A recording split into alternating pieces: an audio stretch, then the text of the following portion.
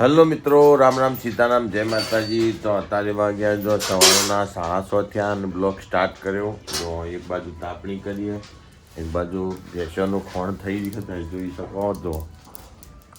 અને અમારી ગાય ઊભી હે કે મને કહી દઉં એ વાટ જોઈને ઊભી હે. એક બાજુ ખોણની તૈયારીઓ થઈ રહી.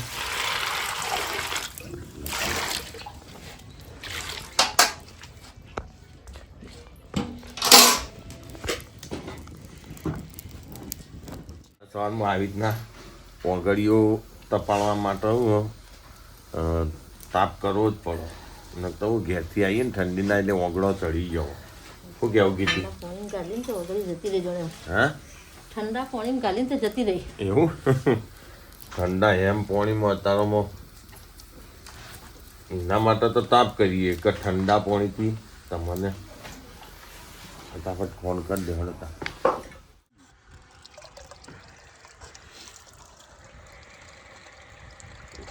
પેપડિયાનો કૂવો. તો જો સવારમાં મોર્નિંગ ટાઈમ આવ્યા ખેતરે. જો કે આજે જવાનું એક અઠવાડિયું થયું તમાકુ જોવા જ્યાં નહીં માટે તમાકુ જોવા જવાનું હોય. તો વિસનગરે જવાનું કારણ કે ઉત્તરાયણનું શોપિંગ કરવાનું હોય એટલે. પણ પહેલાં એકવાર કોઈ ખેતરે ઓટો મારી અને પછી જી આપણો પતંગ લેવા. તો અમારા બાજુમાં જો આ તરફની બહુ મસ્ત એવી ખેતી વરિયાળી જો હું તમને બતાવું.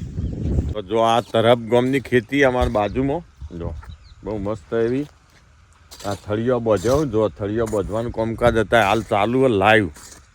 જો વરિયાળી જોઈ શકો, મઠડી વરિયાળી બહુ મસ્ત એવી.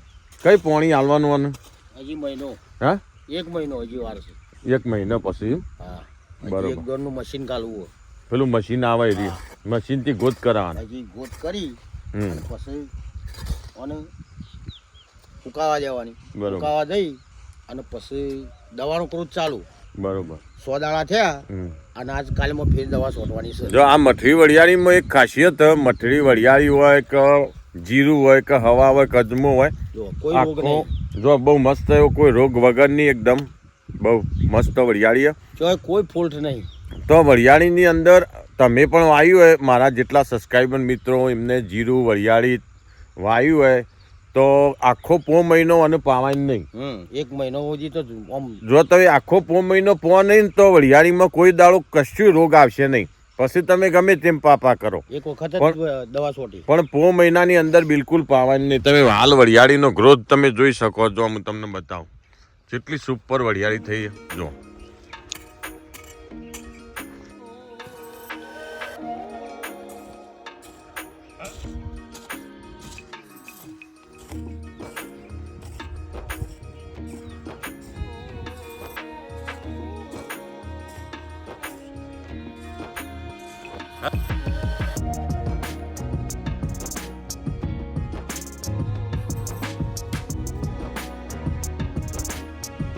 તો જો આમાં આયા અમારે પાહન તમાકુમાં. જો કે આ તમાકુને 2-3 વખત હળી બળદથી અને જો બહુ મસ્ત એવો ગ્રોથ થયો. ગોદીને ચોખ્ખી કરી દીધી. આમાં પિયત આપવાનું. જો કે કાલે ખાતરનો યુરિયા આપી અને પછી પિયત આપવાનું. તમે ગ્રોથ જોઈ શકો બહુ નાની હતી. જો કે હાડી જેને તમાકુ હતી ને એ બધે તમાકુમાં રોગ આવ્યો એટલે થોડી બગડી જઈને અમારા પાહન છે પણ બહુ મસ્ત એવી તમાકુ થઈ. ચોક્કસ તમે કમેન્ટ કરજો કેવી તમાકુ હોય.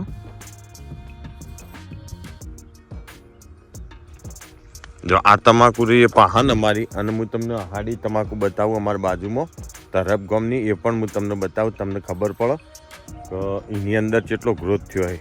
જો કે આ હાડી અમારો એની અંદર કાલ પોણી વાળવાનું હો. કાલ વાળીએ કહો તો પ્રમ દિવસ ખાતર નાખી અને પિયત કરવાનું હો.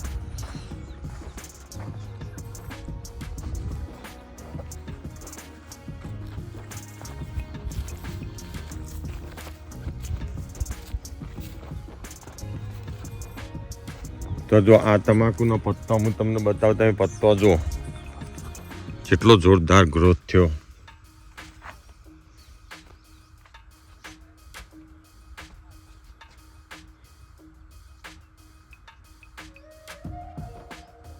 એક બાજુ પીલા ભગાઈ રહ્યા જો ને ચાળા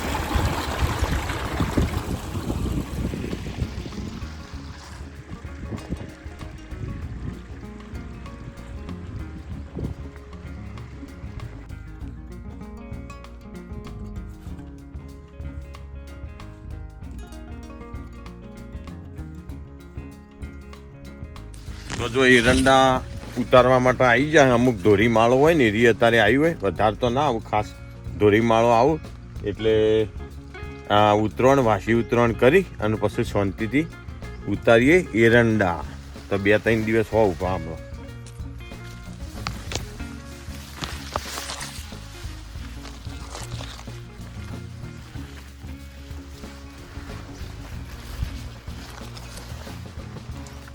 જો આ રીતે અંદર 5 થી 100 ગોટા 107 ગોટા હુકાઈ ગયેલા હોય ને એટલે સમજી લેવાનું કે માળ કમ્પ્લીટ આપણી પાકી થઈ ગઈ તમે જોઈ શકો આની અંદર માળની અંદર હું તમને બતાવું છું કંઈક લોકો કાચી પણ માળ કાપી નાખતા આ રીતે જો 107 ગોટા કમ્પ્લીટ હુકાઈ ગયેલા હોય ને એ માળ કમ્પ્લીટ સમજી લો કે પાકી જાય બ્લોગમાં બધું અમે નેચરલ બતાવીએ એટલે જો તમે જોઈ શકો હાલ એરંડોમ ફળ્યા એટલે લુગડો તમે જુઓ કપડાં શું થયો અને બીજા બધા જે બ્લોગિંગ કરતા હોય એ તૈયાર થઈને જ આવું ખેતરમાં ખાલી બ્લોગ શૂટ કરવા માટે જ આવતા હોય ને આપણે તો તમે જોઈ શકો છો લુગડાની હાલત જો આ રીતે જ આપણે બ્લોગ શૂટ કરીએ જે હોય નેચરલ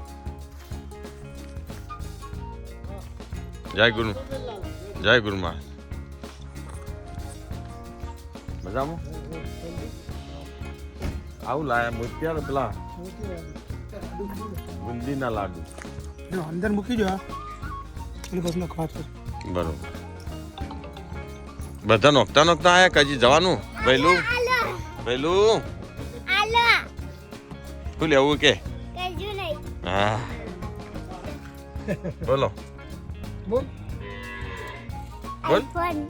તો જો અત્યારે અમારા વાડી પર આયા અમારા રમશીભાઈ ચૌધરી જો અમારા મિત્ર પણ હે અને અમારા ગુરુભાઈ પણ તો આજના દિવસે લગભગ 14 વર્ષ મોરી એમના દીકરા સતીશ કુમાર એ જે આપણા આર્મીમાં શહીદ થયા હતા એ નિમિત્તે આજના દિવસે 14 વર્ષથી એરાએ રોજ આ દિવસે આખા ગામમાં ફરી અને કૂતરાઓને લાડવાનું વિતરણ કર્યું તમે જોઈ શકો જો શહીદ વીરના પાછળ આ પુનારથનું કામ એ દર સાલ કર્યું લઈને આયા બોલો સતીશ કાકા તિથિન લઈને આયા બરોબર ઓકે લો જય ગુરુ મહારાજ જય ગુરુ આવ હા આવજો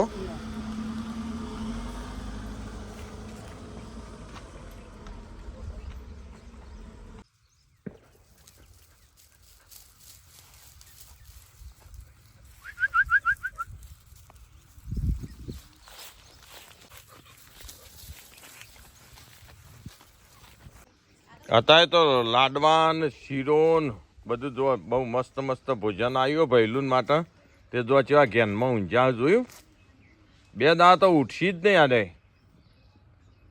લાડવા બધા ઓબળ્યા ભૈલું હા ઊંઘો હળો ઊંઘો જો હવે ફૂલીને આજ તો દડા જેવો થઈ ગયો અમાર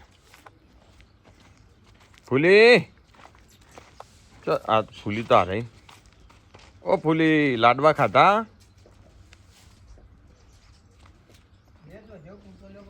તો આ ઉત્તરાયણના પર્વની અમારા દરેક સબસ્ક્રાઈબરોને હાર્દિક શુભકામનાઓ અને ઉત્તરાયણના દિવસે આપણા ઘર આગળ પક્ષીઓને પીવા માટે પાણી અને અનાજ બને એટલું શક્ય હોય તો એમને નાખજો જેથી કરીને પક્ષીઓ ઉડીને જોય ના બીજા જોય અને પતંગ ચગાવતા પણ તમે હોર રાખજો ધ્યાન રાખજો તમારા બાળકોનું અને પક્ષીઓનું પણ તમે જતન કરજો, જેથી કરીને પક્ષીઓ પણ ઘાયલ ના થાય, અને ઘાયલ થયેલા પક્ષીઓ હોય તો એને સારવારે પહોંચાડજો.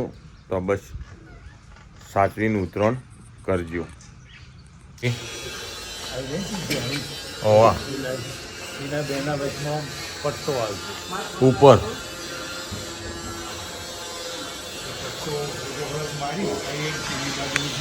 ઓવા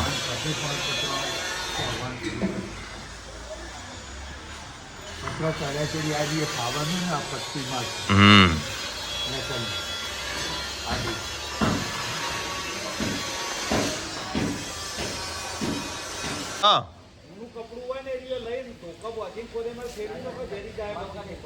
પણ કરંટ આવે તો મને તો બીક લાગે. સાચી વાત, મને કરંટ ની બીક લાગે.